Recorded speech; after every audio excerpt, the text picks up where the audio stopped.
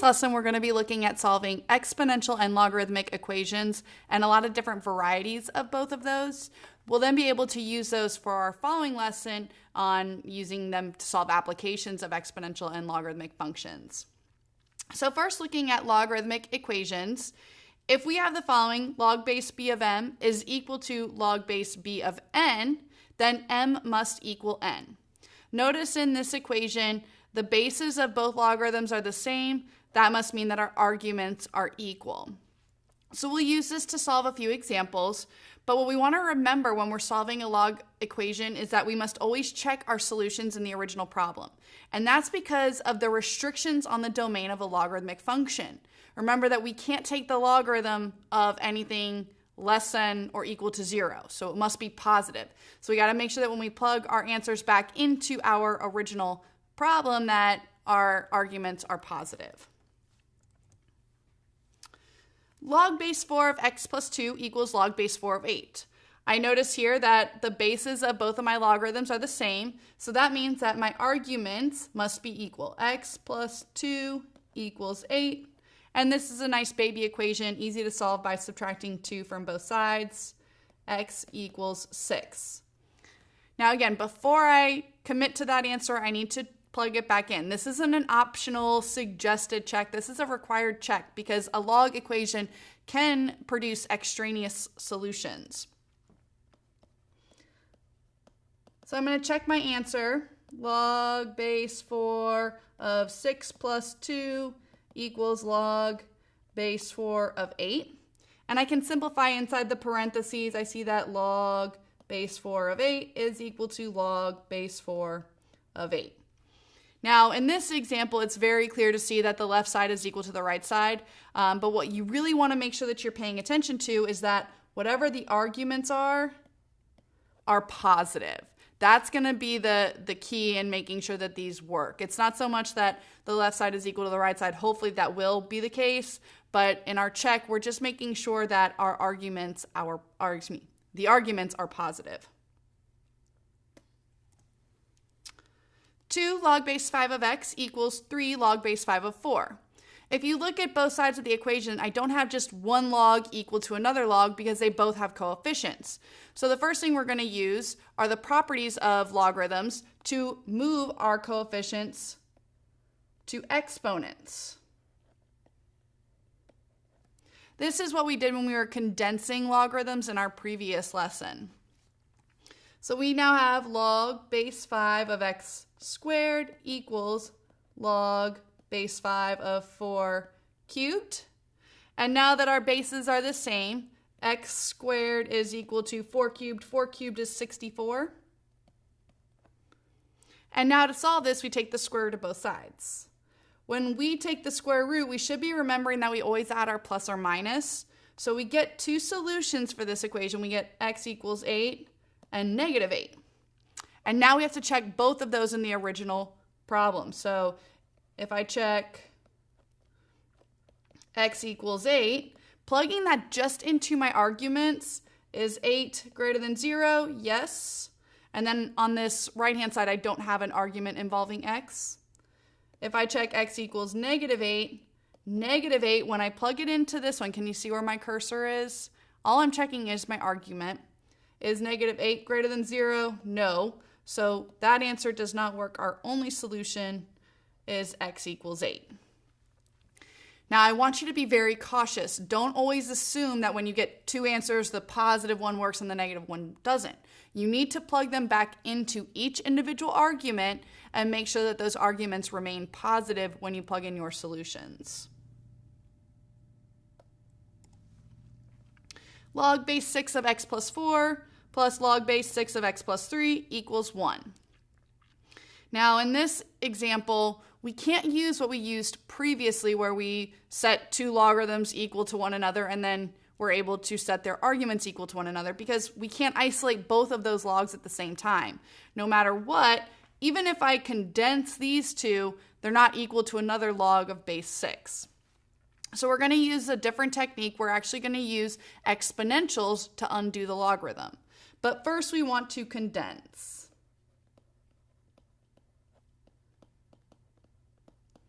These two logarithms that are being added can be condensed using multiplication. So this is log base 6 of x plus 4 times x plus 3 equals 1.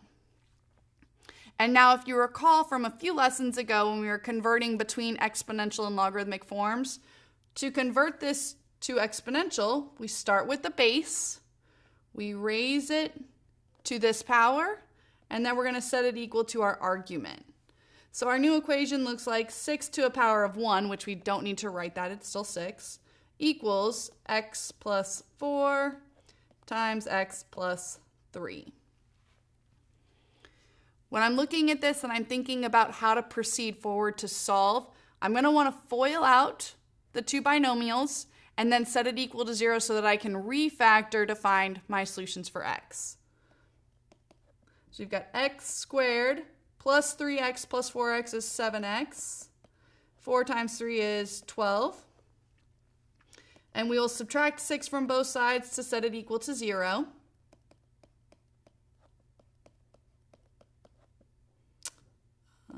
Plus 6. And now we can factor this. Factors of positive 6, that sum to positive 7, positive 6, and positive 1. So now we can see our two solutions are x equals negative 6 and negative 1. But we're not done. We have to make sure anytime we start with a logarithmic equation that we plug them back into our argument to make sure that our arguments are positive. So I'm first going to check the solution x equals negative 6, but I have two different arguments. I've got this argument, x plus 4, and another argument, x plus 3. I need to plug that value of negative 6 into both of them, and they both need to be positive. If I plug x equals negative 6 into either of them and they're negative, I cannot evaluate a log of a negative number. So that would not be a solution to our equation. So is negative 6 plus 4 greater than 0? No, it's not. So I don't even really need to check the second one, but I will. Negative 6 plus 3 is also not greater than 0, so that solution is out. Now we check negative 1. Negative 1 plus 4, is that positive? Yes. We check the second argument, negative 1 plus 3 greater than 0. Yes. So our answer is just x equals negative 1.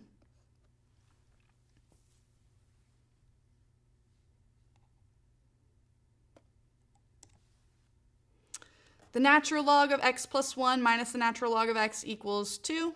There's that weird box. I'm not sure what it is. But either way, proceeding forward, again, we want to first start by condensing the two logarithms on the left. Since we are subtracting two logarithms, we're going to condense using division. So this is the natural log of x plus 1 over x equals 2. Now, if I want to solve for x by converting to exponential form, I need to remember what my base is. When we have a natural log, the base is e. And if you want to write that in, that's a helpful tool so that it's easier to convert. So we start with our base, raise it to this power, and then set it equal to our argument. So we have e squared equals x plus 1 over x. And now we're trying to solve for x. Notice here e squared, you want to keep in mind that that is just a number. Remember that e is that 2.71828 number, so e squared is, I don't know, probably somewhere around 4 or 5. But it is a value, it is a number. We don't want to treat it like a variable. So I'll multiply both sides by x to clear the denominator. So we have e squared times x equals x plus 1. We want to combine all of our x terms together, so I'm going to subtract x from both sides. E squared times x minus x equals 1. And now I can factor out an x from this side. E squared minus 1. And now we can solve for x by dividing both sides by e squared minus 1.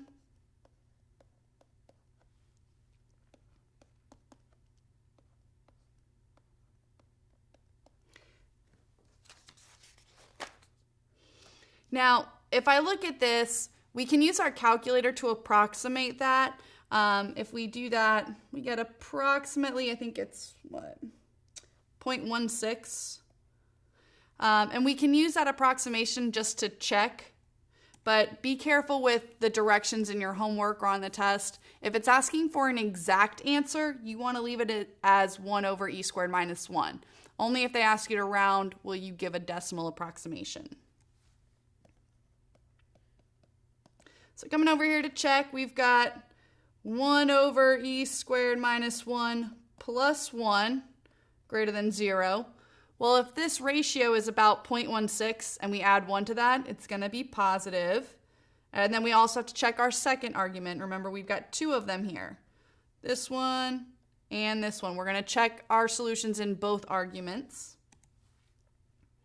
1 over e squared minus 1 alone greater than 0. Again, since we looked at the decimal approximation and it was 0.16, it is positive. So this is our solution, and we have verified that it is not extraneous.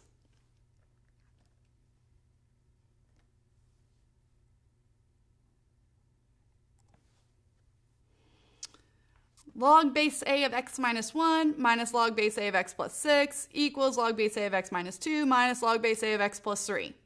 We've got a whole lot of logarithms here. We want to condense it so that we are dealing with fewer. On the left-hand side and on the right-hand side, since our logarithms are being subtracted, we're going to condense using division. So we have log base a of x minus 1 over x plus 6 equals log base a of x minus 2 over x plus 3. Now we see that the absence of a known base, so we had a for our base, it didn't actually make any difference because now we've got 2 logarithms with the same base, regardless of what it is, that are equal to one another. So we can set our arguments equal to one another. X minus 1 over x plus 6 equals x plus 2, minus 2. X minus 2 over x plus 3. To solve this equation, 2 fractions equal, we cross multiply. X minus 1 times x plus 3 equals x plus 6 times x minus 2. And now we're getting on the FOIL train. We're going to FOIL the left and the right, and then combine like terms, set it equal to 0. On the left-hand side, we get x squared plus 3x minus 1x is plus 2x. Negative 1 times 3 is negative 3. On the right-hand side, we get x squared. On the outside, we get negative 2x plus 6x is a positive 4x. 6 times negative 2 is negative 12. And now we want to start combining like terms. So I'm going to start with my quadratic term. When I subtract x squared from both sides, we see, voila, they go away. So this isn't going to be a quadratic equation after all.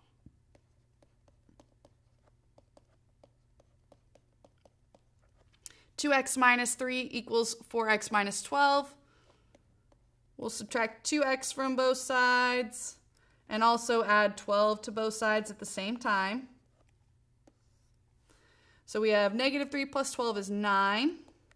4x minus 2x is 2x. Divide both sides by 2. X is equal to 9 over 2, which we know as a decimal, that's just 4.5,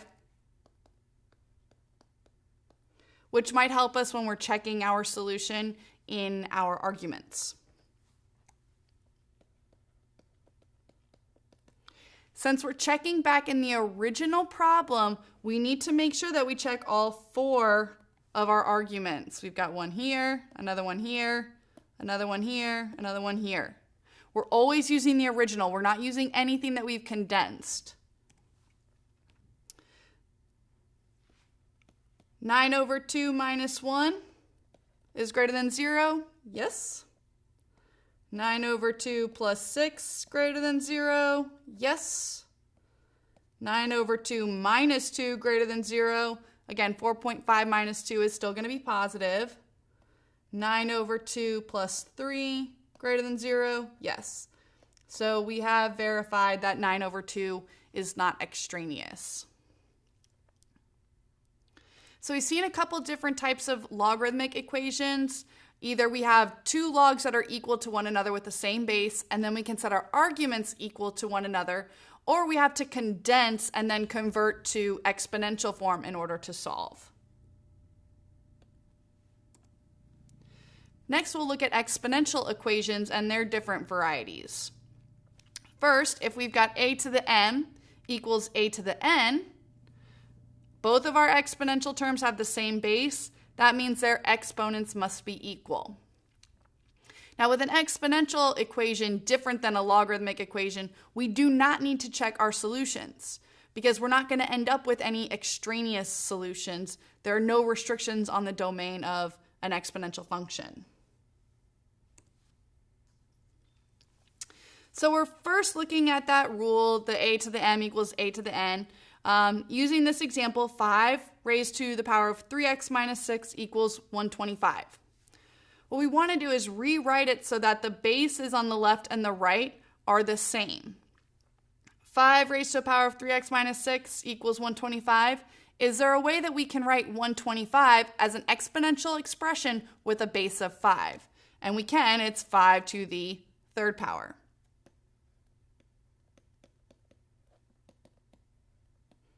Again, I can exchange 125 with 5 cubed because 5 cubed is 125. And now that we have our bases the same, our exponents must be equal. 3x minus 6 equals 3.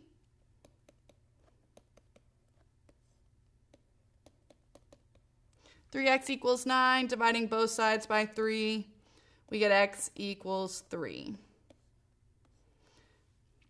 Again, at the end of an exponential equation, you can plug it back in to check, and that's always recommended just to make sure that we have the right answer, but it's not required in these problems because we don't have the chance of getting an extraneous solution.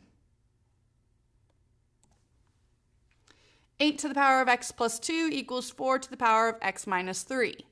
Looking at these two, can we rewrite them so that they have the same base?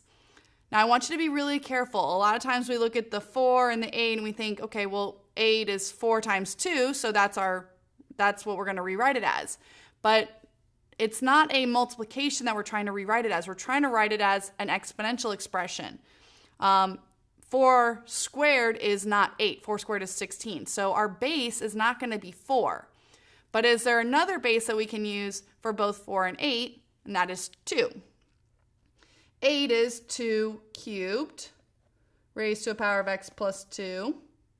And 4 is 2 squared raised to a power of x minus 3.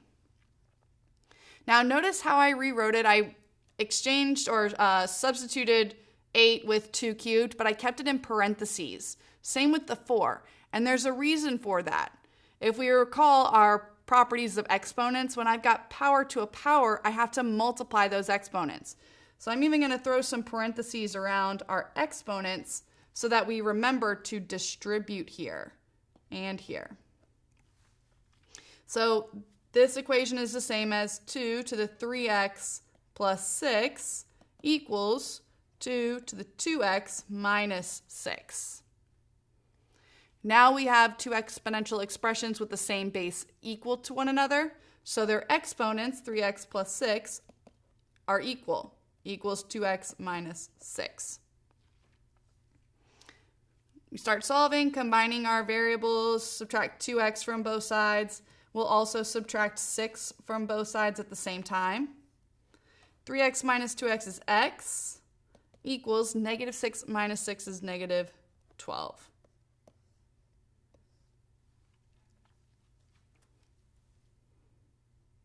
When you guys are solving exponential equations, always check first to see if you can get the bases the same, because then we can ignore that exponential altogether and just set our arguments or our exponents equal to one another. E to the power of x squared equals e to the 3x times 1 over e squared. Looking at this equation, is there any term that looks a little off? This last one, because it's a fraction. is there a way to rewrite this last term so that it's no longer a fraction? And yeah, we can. If I wanted to take this e squared out of the denominator, I can do that by making the exponent negative.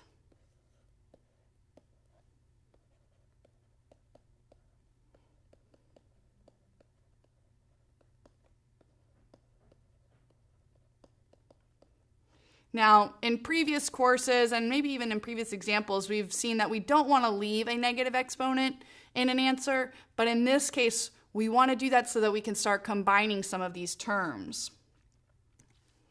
So this is e to the x squared equals e to the 3x times e to the negative 2. Now on the right-hand side, e to the 3x times e raised to the power negative 2. Since these terms are being multiplied, we add their bases. So we have e to the x squared equals e to the 3x.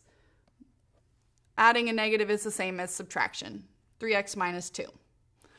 Now we have two exponential expressions with the same base equal, so we can set their exponents equal to one another. X squared equals 3x minus 2. This is a quadratic. We want to set it equal to 0 and try to factor. So I'm going to subtract 3x and add 2 to both sides.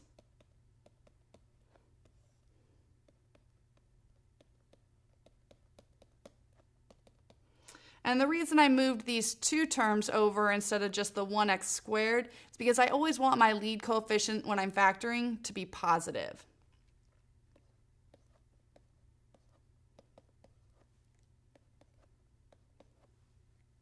All right, so factors of positive 2 that sum to negative 3. It's going to be negative 2 and negative 1. So we see that x is equal to 2 and positive 1.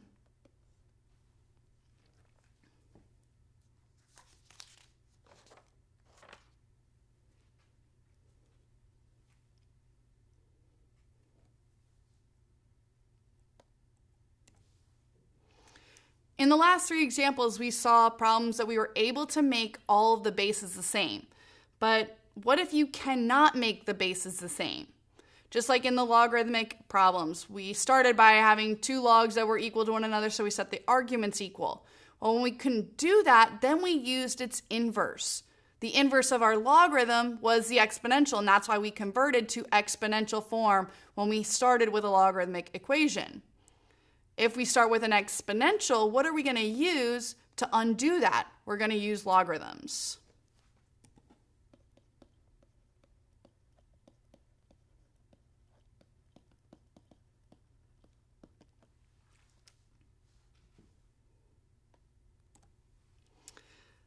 So looking at a very basic example, we've got 4 to the x minus 15 equals 0. We always want to start by isolating that exponential term. This is our exponential term, the base and the exponent, so we're going to add 15 to both sides. So we have 4 to the x equals 15. And at this point, we could still check, is there any way to get the bases the same? As I had mentioned before, if you can, it makes it so much easier to get to your answer. But in this case, 4 and 15, there's no common base, so we're going to have to use something different. Our next step is to undo that exponential by taking the natural log. Whatever we do to one side, we have to do the other side, don't forget. And this can also be done using our base 10 logarithm, and we will see that in one of our examples coming up. I typically just always use natural log, but that's just from my training and my experiences. I've had teachers that have always used natural log. In this video, we will see both applications, and we'll even talk about when you might want to use one over the other. So if I take the natural log of both sides, this looks like the natural log of 4 to the x equals the natural log of 15.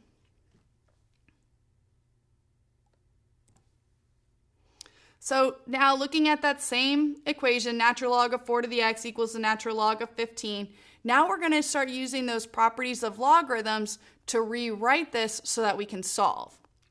The property that we're going to use is that power rule.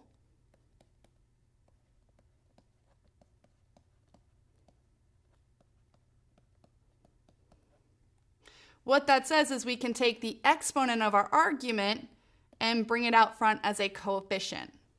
So we've got x times the natural log of 4 equals the natural log of 15. To solve for x, divide by the natural log of 4.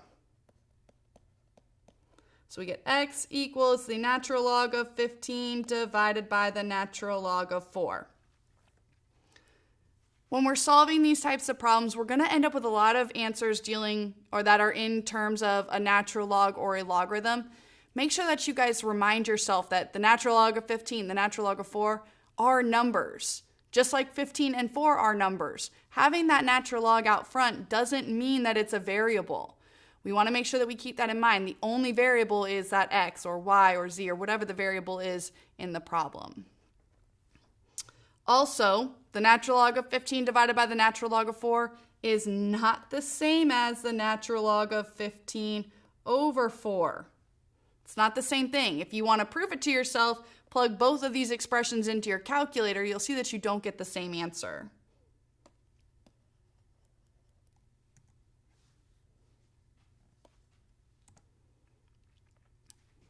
Five to the x equals 134.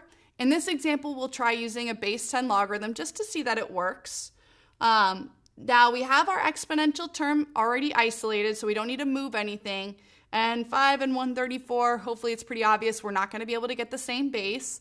So we're going to go straight to using our logarithm.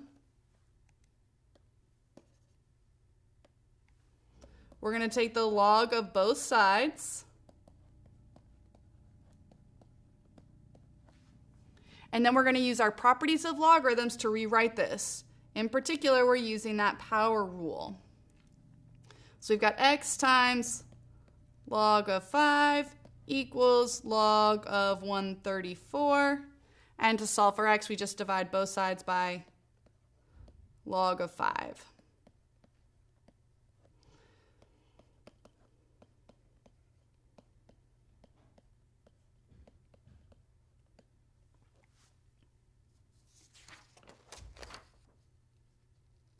Now, I want you guys to try plugging this into your calculator in the event that the question is asking you to give an approximation of your solution.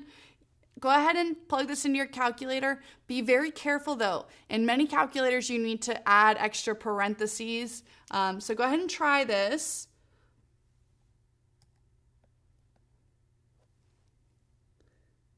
And you should end up getting 3.043.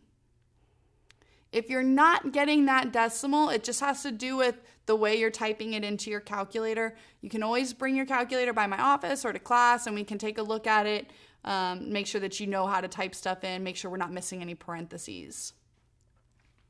The difference, the first is our exact answer, the decimal is our approximation.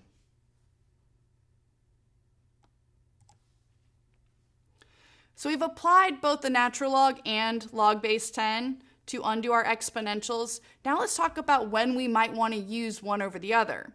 If we're looking at this example, we want to solve 10 to the x equals 8,000.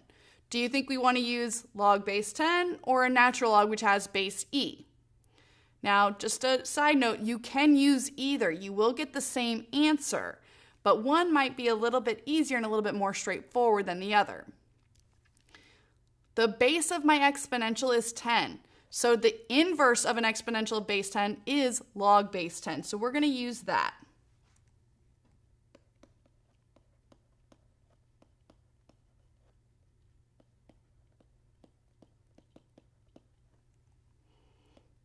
So log of 10 to the x equals log of 8,000.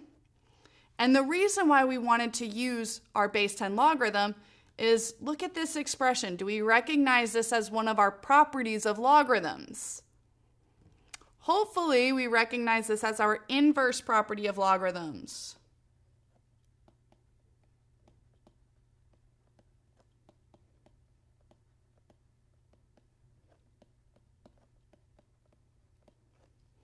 I'm going to shoot over here just to write that out. Remember when we had log base b of b to the x? What did that expression simplify to? It simplifies to x. This is the same thing that we have here. We have a base of 10 in our logarithm, a base of 10 in our exponential, so it's equal to that exponent x. So this whole expression is just equal to x, and that is equal to log of 8,000.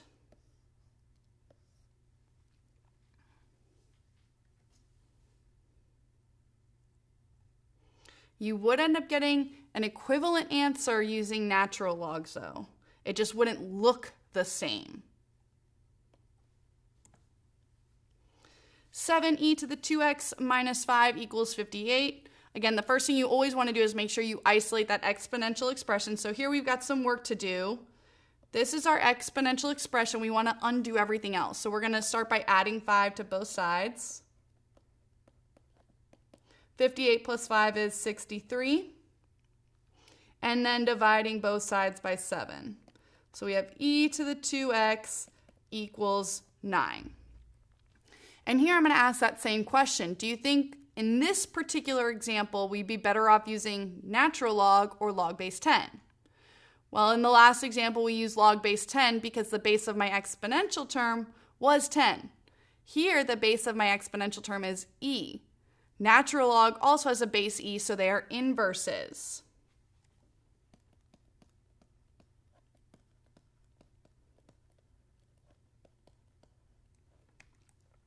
So if I take the natural log of both sides, we have the natural log of e to the 2x equals the natural log of 9. And again, here we see our inverse properties of logarithms. Now, I gave you the list using a log with any base, and also the same exact rules or properties with natural log. But to remind you, over here, we had the natural log of e to the x. That was our inverse property for natural logs, and that is equal to x. If we look at the two problems, we've got our natural log of e to the 2x, so that's what is replacing the x in our rule. Oop, sorry. Hang on, I'll get there.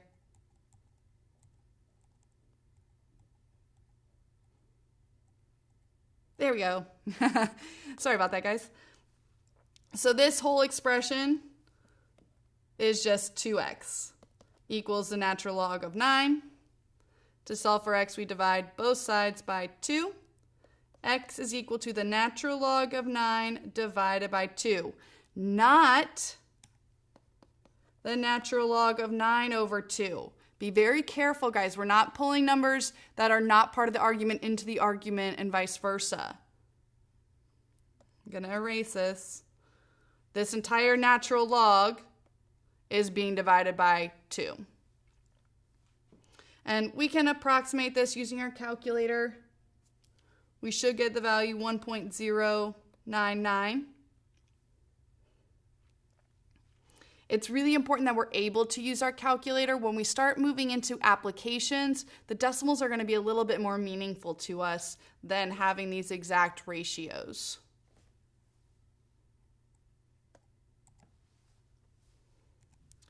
Three to the 2x minus 1 equals 7 to the x plus 1. If you notice in this problem, we've got our exponential expression isolated, but we have two of them, one on both sides. 3 and 7, we're not going to be able to get the same base, so we're going to have to use logarithms. At this point, neither natural log or log base 10 is going to be the direct inverse of either of these, so we can use either one. This is where I say I always go with the natural log, but it doesn't matter. You would get the same answer using natural log or log base 10. So the natural log of 3 to the 2x minus 1 equals the natural log of 7 to the x plus 1. And now we use those properties of logarithms where we can bring our exponents down as coefficients. But one thing you want to notice is that our exponents are not monomials, they're binomials now. So we're going to have parentheses around them when we throw them in the front as a coefficient. So we have 2x minus 1 times the natural log of 3 equals quantity x plus 1 times the natural log of 7. Now this equation looks funny, and the reason it does is because we've got the natural logs in there. But you have to continue to remind yourself, natural log of 3 and natural log of 7 are just numbers. They're not pretty numbers, they're not integers, but they are in fact real numbers. So we treat them and use them just like we would if it was a 3 or a 7. If this had just been a 3, what would we do with it? We would distribute it into the parentheses. So that's what we're going to do, even though it's a natural log of 3. The same thing over here with that natural log of 7. If this had just said 7, we would distribute it. So that's the same thing we'll do when it says natural log of 7. The 2 and the natural log of 3 are the coefficients, so I'm going to keep them together. So we have 2 times the natural log of 3 times x minus 1 times the natural log of 3 is just natural log of 3 equals the natural log of 7 times x plus the natural log of 7. The use of the parentheses here is just to make sure that you can distinguish between the coefficient and the variable. We want to make sure that the x doesn't appear to be attached to the 3 at all. So that's why I'm using those parentheses, just to make sure that it's clear. Now again, we've got like terms here. This term has an x, this term has an x, this term doesn't, this term doesn't. So we want to combine all of our like terms on either side of the equal sign. We want to combine our x terms together and our terms without the x on the other side. So I'm going to move the natural log of 3 to the right and the natural log of 7x to the left.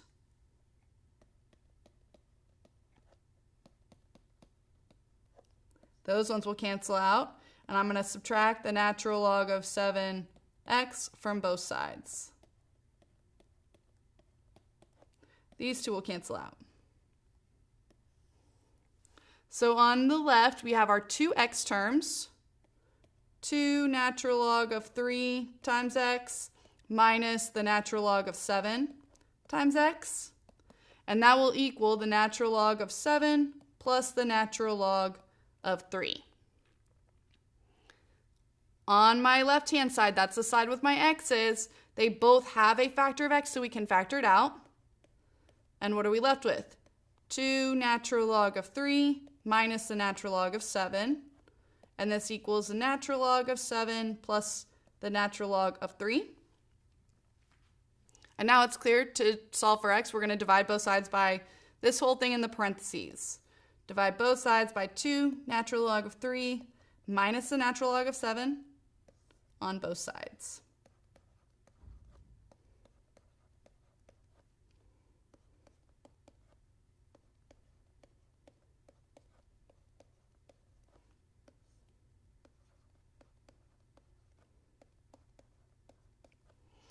Now, what I want you guys to do next, I'm going to have you pause the video in just a second. I want you to give me that answer as an approximated decimal. Okay, so I want you to practice typing this very complicated rational expression into your calculator. Okay, so go ahead and hit pause and try to type this in. And then once you have an answer, I want you to press play again, and I'm going to have the answer up here for you guys, and I want to compare.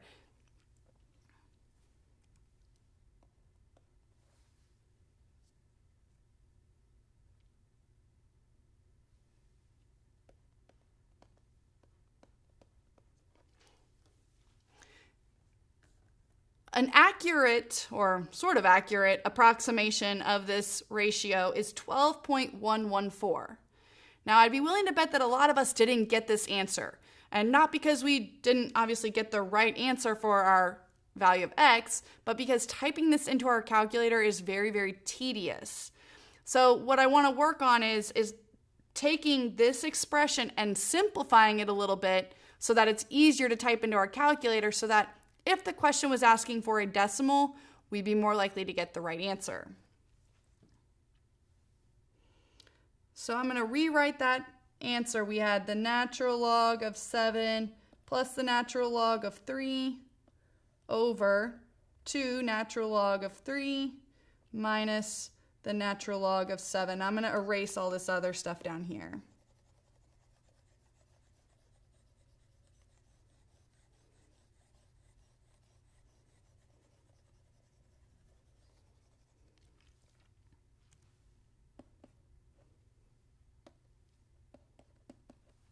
So let's look at the numerator. If I've got just the natural log of 7 plus the natural log of 3, is there a way that I can simplify those two terms? Now, simplifying means have fewer terms. So in other words, can we condense the numerator? Since our two logarithms are being added, we can condense them using multiplication. This is the natural log of 7 times 3. Now in the denominator, I'm going to simplify more as I go, but just going through one rule at a time. In the denominator, we see the minus here, don't we? But before we can condense this subtraction, we need to condense our coefficients. We need to make sure that we make our coefficients exponents. So this is the same as the natural log of 3 squared minus the natural log of 7. So we'll stop here. We'll simplify what we've got. We've got the natural log of 21 divided by the natural log of 9 minus the natural log of 7. Already this is so much easier to type into our calculator, but we can go even further by simplifying the denominator. The natural log of 9 minus the natural log of 7 can be condensed using division. So this is the natural log of 21 divided by the natural log of 9 over 7, which, although we still have some fractions inside of fractions, believe it or not, this expression, this fraction is much easier to type into your calculator. So go ahead and type it in, and again, make sure that you get that 12.114 approximation for that value of x.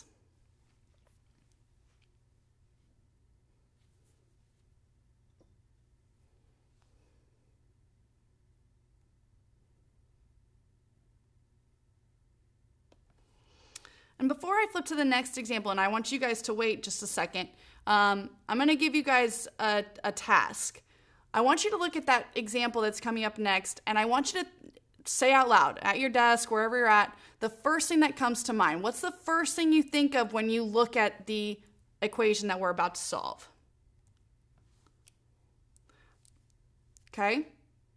Hopefully, many of you guys said quadratic, because we've got 3 terms, we've got some like squared term, we got a 2 in there, we got a constant that has no variables, it's set equal to 0. There's a lot of characteristics about this equation that make us at first glance think quadratic. And there's a reason for that. We're actually going to solve this just like a quadratic equation. And we're going to do that using a method called U substitution.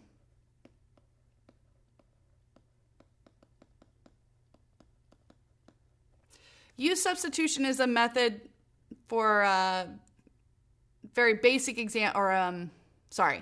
substitution is basically where we can take a complicated problem and make it look a little bit more basic.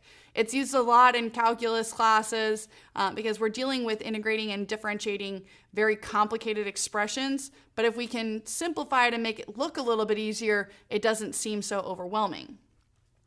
So what we're going to do for U substitution, we're going to let U equal the linear term or the middle term without its coefficient. I'm going to put linear in parentheses because that's specifically when we're talking about a quadratic, but it's okay.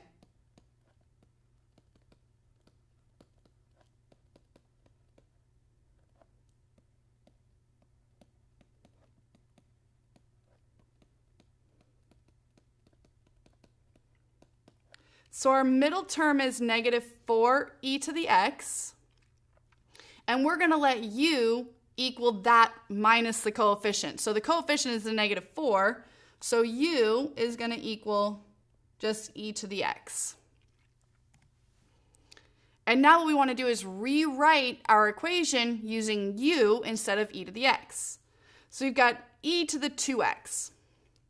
E to the 2x, I'm going to write this over here, is the same as e to the x being squared, because when I've got power to a power, we multiply. We reviewed that earlier. So if e to the x squared and u is e to the x, this first term is u squared. Minus 4 times e to the x is now u, plus 3 equals 0. And now this looks just like a quadratic equation. We're just not using the letter x, we're using the letter u. we're going to factor this. We need factors of positive 3 that sum to negative 4. That's going to be negative 3 and negative 1. So we can see that u is equal to 3 and positive 1. Now, most students think, okay, we're done, yay. But if we look at the original equation, what are we trying to find the value of? We're trying to find the value of x, not u. So we're going to have to go back and back substitute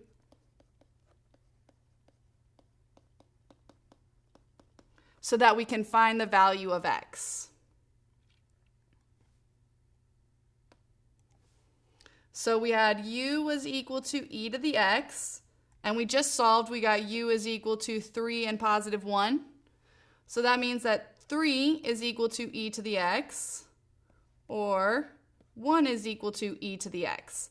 And we can solve both of these equations.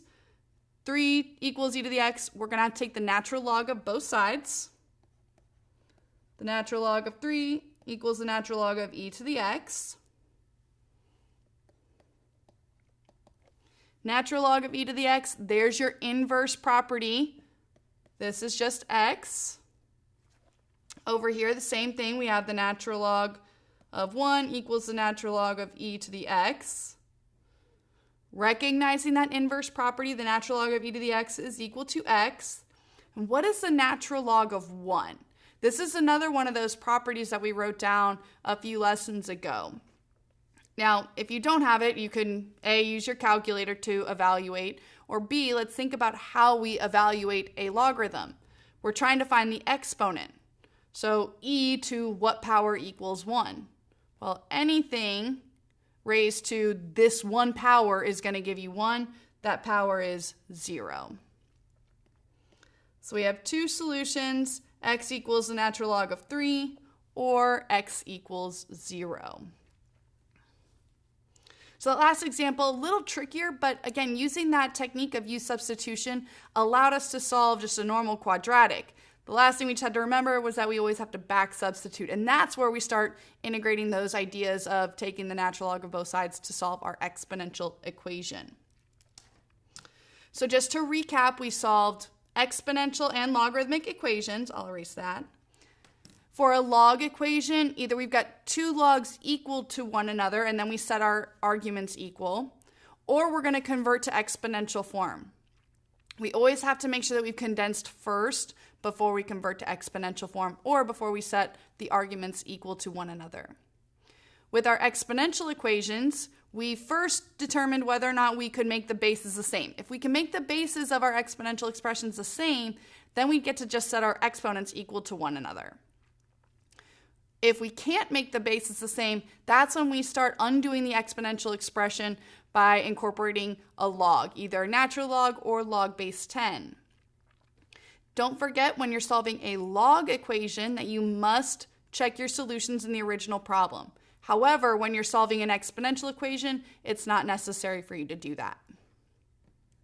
So we'll see you guys next time. We're going to look at applications of these functions, exponential and log functions, and we'll be practicing more solving equations. Have a good one.